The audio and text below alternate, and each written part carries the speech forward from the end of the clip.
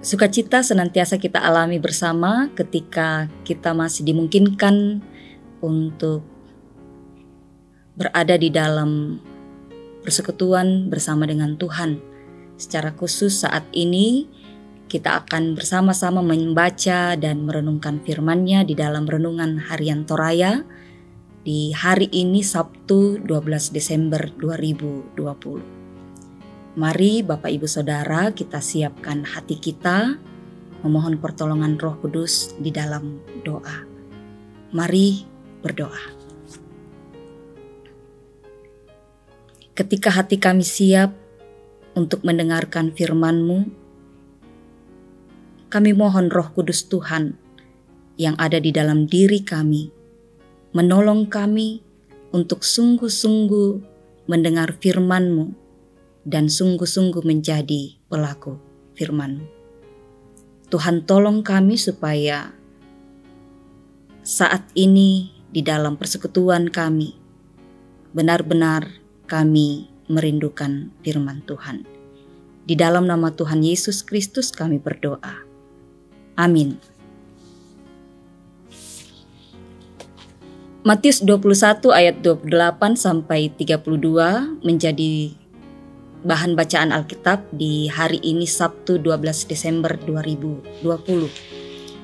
Kita akan membaca Matius 21 ayat 28 sampai 32. Perumpamaan tentang dua orang anak. Tetapi apakah pendapatmu ini? Seorang mempunyai dua anak laki-laki. Ia pergi kepada anak yang sulung dan berkata, "Anakku, pergi dan bekerjalah hari ini dalam kebun anggur." Jawab anak itu, "Baik, Bapa." Tetapi ia tidak pergi. Lalu orang itu pergi kepada anak yang kedua dan berkata demikian juga. Dan anak itu menjawab, "Aku tidak mau." Tetapi kemudian ia menyesal, lalu pergi juga. Siapakah di antara kedua orang itu yang melakukan kehendak ayahnya? Jawab mereka, "Yang terakhir."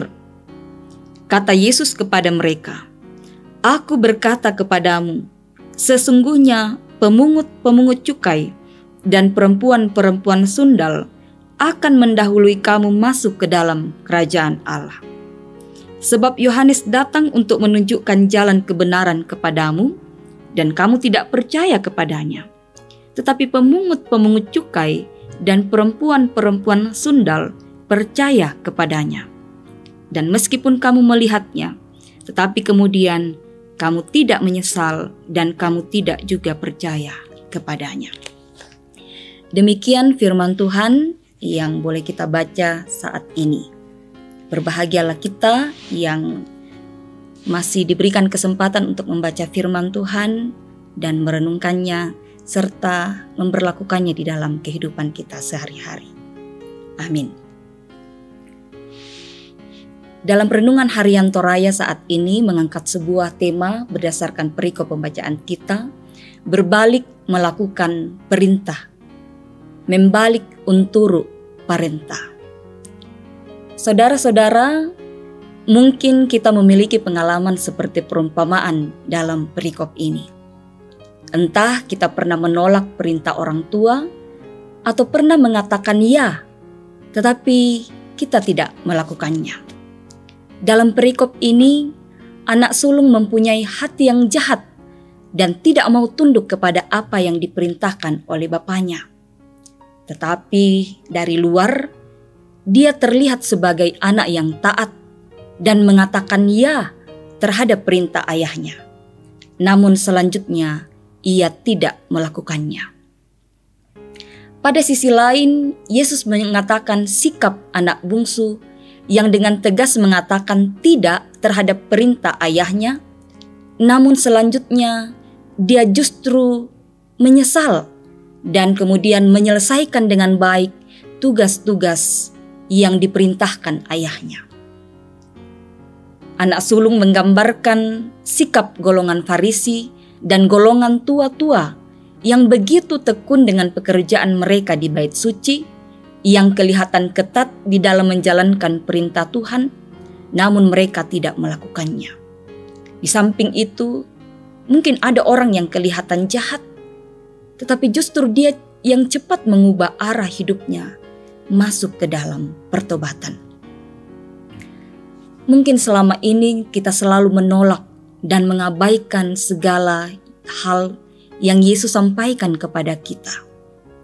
Namun kita butuh proses dalam menjalani kehidupan yang akhirnya akan melahirkan kesadaran baru untuk berbalik melakukan apa yang Yesus kehendaki. Karena itu Bapak Ibu Saudara, jangan membuat hidup terbeban dalam kesalahan yang telah kita lakukan.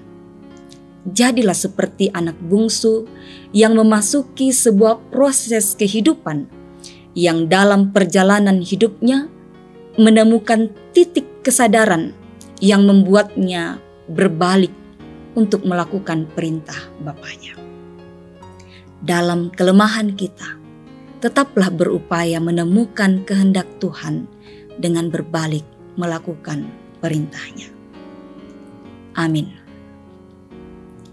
Mari kita berdoa supaya Tuhan memampukan kita untuk melakukan perintahnya. Kita berdoa. Ya Bapa, kami sadar di dalam kelemahan kami, keterbatasan kami sering melupakan atau tidak melakukan kehendak-Mu. Kami memohon pengampunan untuk setiap keterbatasan, untuk setiap dosa-dosa kami.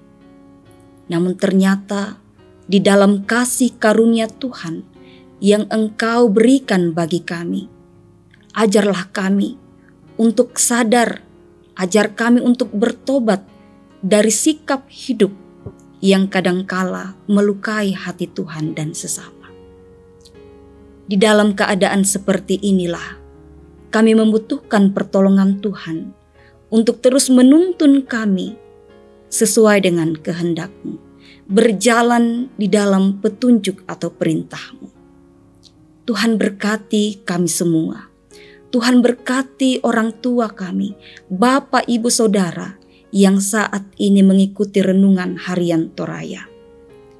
Kasihi mereka, dan ketika di antara kami ada yang melakukan pelanggaran-pelanggaran, ada yang hidup di dalam keterbatasan, hidup di dalam kelemahan karena dosa, Tuhan pulihkan kami menjadi lebih baik lagi, sehingga dengan pertolongan Roh Kudus Tuhan, hidup kami semakin berarti.